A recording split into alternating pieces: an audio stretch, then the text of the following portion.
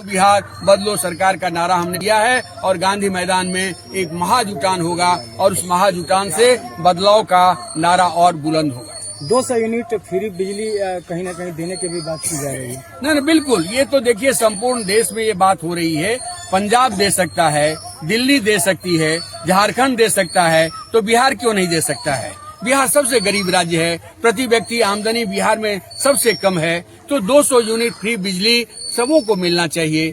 और जो नौकरी करने वाले को छोड़ करके किसानों को, मजदूरों को, दलितों को ये मिलना चाहिए। साथ ही साथ पुराना बकाया माफ होना चाहिए। और ये खूनचुसवा जो स्मार्ट मीटर आया है उसको तो एकदम वापस लेना चाहिए। यदि ये सरकार वापस नहीं लेगी, नीतीश कुमार को जाना होगा, ये संकल्प उन्होंने लिया। एक जो है पुराना मामला है, एक रहे सेफ रहे, फिर भी आज भी जो है कि नया है, इस पर क्या कहें? ये नारा तो बेसिकली एक है, सेफ है, मोदी अडानी के लिए लागू हो गया है। मोदी के लिए, मोदी जी ने अडानी को बचाने के लिए नारा दिया था। हिंदुस्तान तो एक समावेशी भारत के पक्ष में है। हम कश्मीर को लेकर भी चिंतित हैं, हम मणिपुर को लेकर भी चिंतित हैं, कटिहार में आदिवासियों पर बुलडोजर चल रहा है उसको लेकर भी हम चिंतित हैं, मुसहरों पर बुलडोजर गया में चल रहा है उसको लेकर के भी हम चिंतित हैं। हम तो एक बेहतर समाज, आधुनिक समाज, बराबरी का समाज, समावेशी समाज बनाना चाहते हैं। और बाबा साहब अम्बेडकर का लिखा हुआ जो संविधान है, उस संविधान को पूरी मुस्तैदी के साथ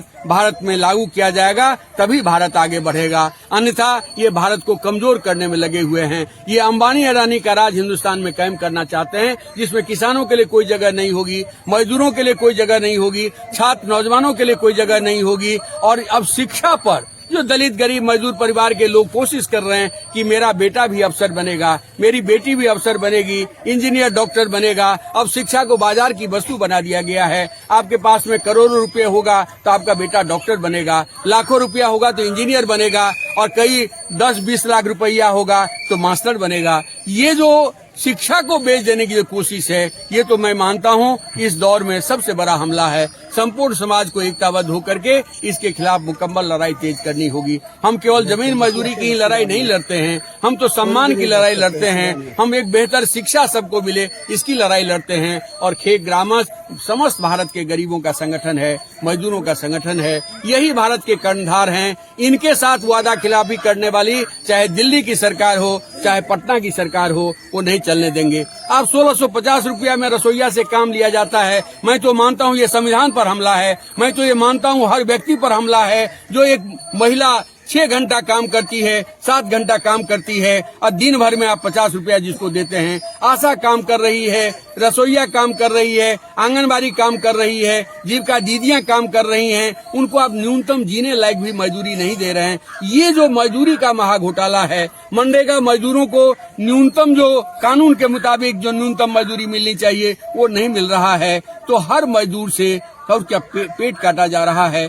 उसका जेब काटा जा रहा है, मजदूरी का महाघोटाला हो रहा है। इसके खिलाफ भी लड़ने का बड़ा संकल्प हमने अपनी इस बैठक। लास्ट सवाल रहेगा, बदलो बिहार न्याय यात्रा के तहत काफी सभी जगह पर अपार भीड़ देखने को मिल रहा था। जगह जगह पर फूल माला से, घोड़ा से, ताशा से, बहुत तरह से तरीकों से जो है स्वागत हो रहा था। इसका विधानसभा में कितना फायदा मिलने वाला है? देखिए, मुझे तो लग रहा है कि बिहार की जनता इस बात को अब समझ गई है कि नीतीश जी मैंने एक्सपायर्ड दवा हो गए हैं।